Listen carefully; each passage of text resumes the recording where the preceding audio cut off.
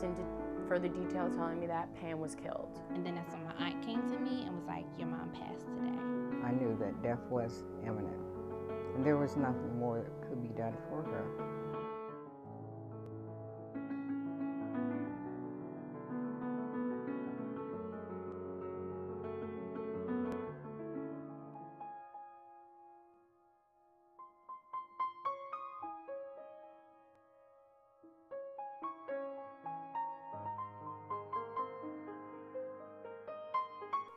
Her grandfather owned a catering business that my Nana worked at, my grandmother worked at since she was a teenager. So they grew up, built friendships. Then Pam was born before me, and then I was born. So we grew up in the catering business together. Her grandfather owned it, my grandmother worked there, and we ate roast beef sandwiches, pickles, and cookies together. Well, and cleaned shrimp out.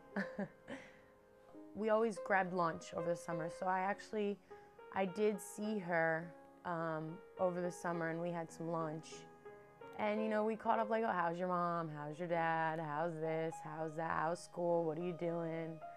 And I mean, it was not to think that that would be the last time I'd be seeing her, I'll tell you that much. So it was March. We had been chatting actually on Facebook back and forth for a little while, and I was napping, and it was late at night. It was not late at night, but later. It was around 8 or so, 9. I got a voicemail from my Nana, grandmother. Called her back, and it was her telling me that Pam's grandfather, the gentleman who owns the catering business, his brother just committed suicide, and I'm like, oh, you know, sorry for the loss. And my Nana goes into further detail telling me that Pam was killed and that Bill killed her, and Bill is Pam's boyfriend. I started to cry. I started to,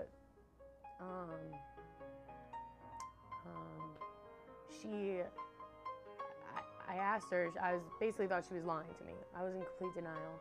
I had just talked to her the day before on Facebook. We were chatting back and forth. I had told her I'd call her on Saturday. I never called her. I found out Monday. So it was like all these emotions going through my head. I stood up. I was crying hysterically. I told her I'd call her back because I just needed to be off the phone. And I went to find my roommates, and I basically found them and fell on the ground because I couldn't control what I was feeling, I guess. You know, when someone's old or older, or you know they're sick, you've begun to prepare yourself for their death, as hard as that is. But you know, when you talk to somebody 2 days before they're killed, that traumatic event, you don't even know how to handle it. You know, I tried to walk to class, cried, couldn't even make it. Had to stop about 10 times.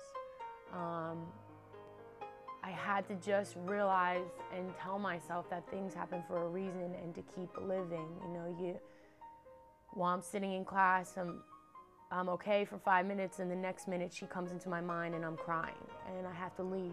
And it's not like I was ever able to prepare myself, which really made it really, really hard. Being that she passed, I went and saw a counselor, which was really a great thing I did. So it's kind of nice to, when I go to counseling, to kind of address the issue before it happens, and I slowly prepare myself.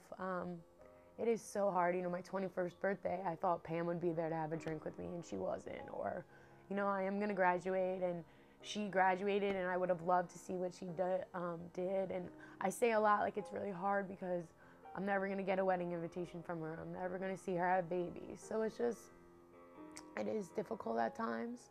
Obviously today I'm still a little bit of a mess. I do definitely get emotional. It's, you know, your best friend that you grow up with. So, but like I said, in time, I know it'll get easier. And I don't know if she's around me or what she is, but I feel that she looks over me if that's true.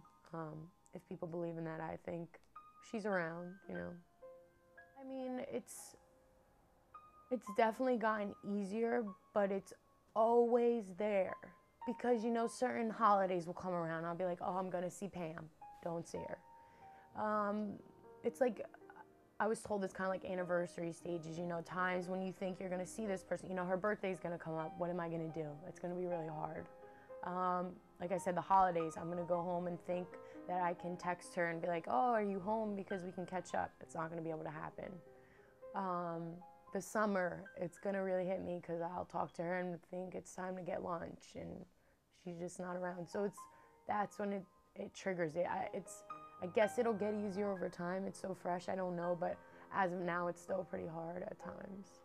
You try to continue to remember the person. So it's like you'll see a random thing and just think that that's them, because that's what you do. You just try to hold on to whatever you can and think that they're always around.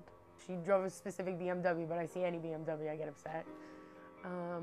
Rutgers, she went to Rutgers, so the red R is like everywhere when I drive back to Jersey, so it's really hard to see. It's funny, one day I'm sitting on my porch telling a friend who had asked me some questions, and all of a sudden a rainbow came out. So come to find out, a rainbow came out on the day she graduated college. So it's nice when I see rainbows. I really think of her a lot. Hopefully she'll lead me to gold one day at the end of it. Certain songs, there's a couple old time songs that remind me of her. Katy Perry, Firework really reminds me of it. So Rutgers University put a scholarship in her name for a student who, you know, needs the money, not necessarily based on GPA, but Pam was all about keeping people together, helping people out. She knew everybody. Pam, I don't even know half the time why Pam asked me how my parents were doing, because she probably saw them and knew more than I knew. You know, Pam was just that type of girl. And it was wonderful to, you know, it's really nice to hear that they have scholarships and stuff in her name. Hopefully one day when I'm fortunate enough, I would like to start something in Pam's name myself for a person like Pam who might need that little, you know, extra foot in the door, and with the help of Pam, in the name of Pam, that they'll be able to accomplish that. So, love you, Pam.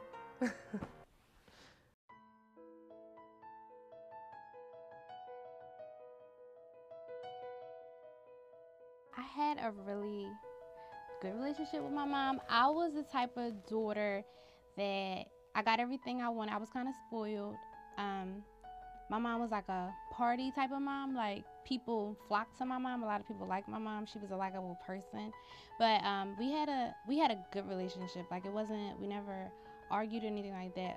Well, except for like stuff that moms and daughters argue about. But we really had a good relationship. Like, it was a genuine, loving relationship. She would do anything for me, and I would do anything for her. She died of lung cancer, and it traveled to her brain. And then after they took it out of her brain, it traveled to the other lung. So at the time when it started getting critical, she wasn't really responsive. Like, it was like she was kind of sedated.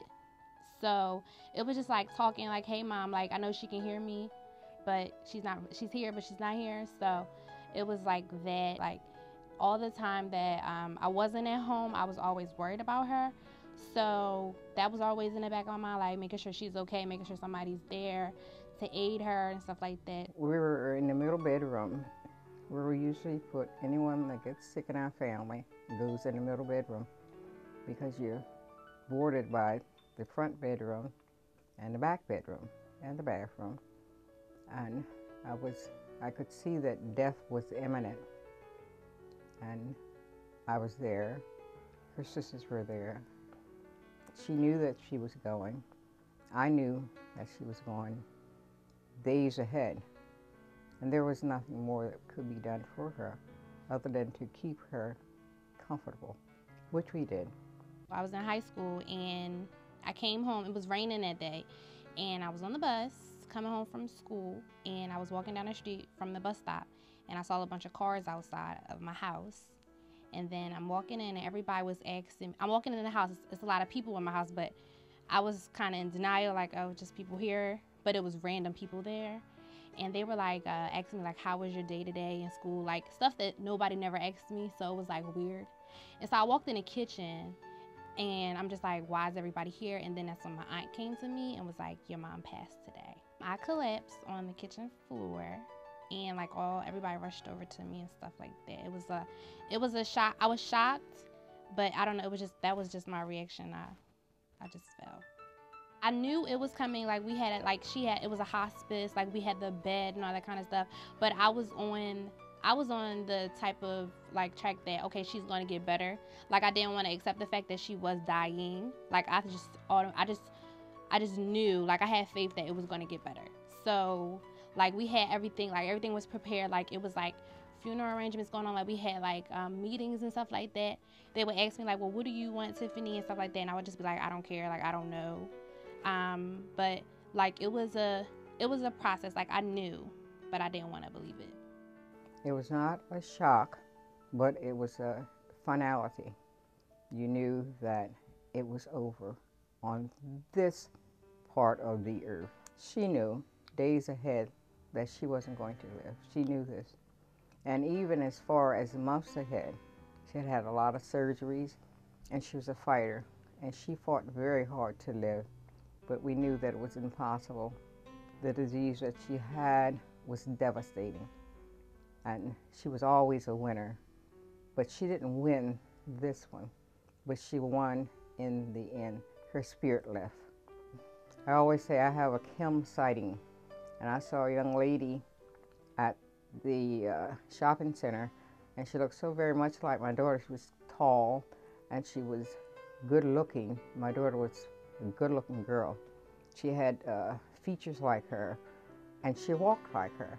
And I just stopped. I said, oh my God. But I knew my daughter, that was not my daughter. And I smiled, and she smiled at me. And she got on her car, and she left, and I sat there, and I just boo-hoo cried. But it was a Kim sighting. It was a daughter sighting. Different perfumes that she had, because she was a big fan of perfumes.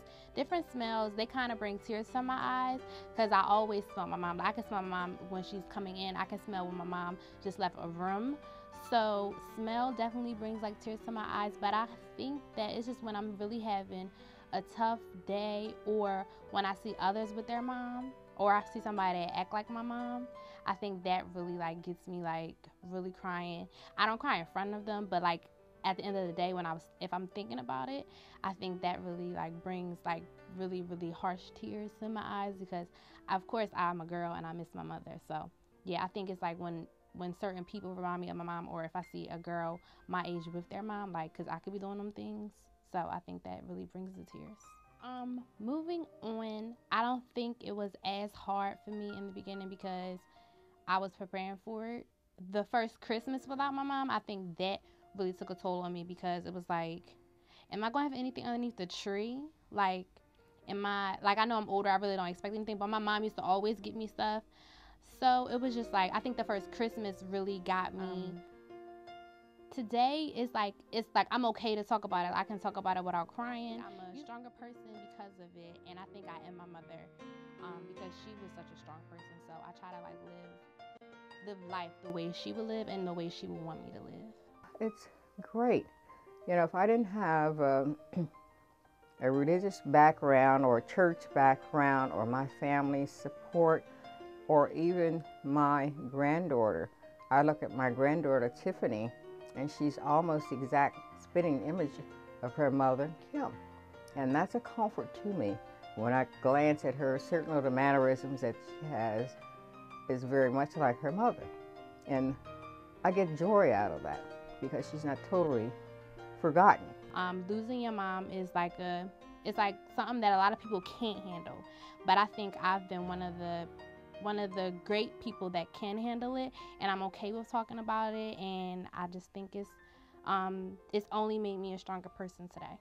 But you have to have faith, and you can't walk through life afraid either. You just have to be in touch with a higher being, your higher power, and go along and continue to believe that He is. And death is just the cessation of life. And you go on to a different life.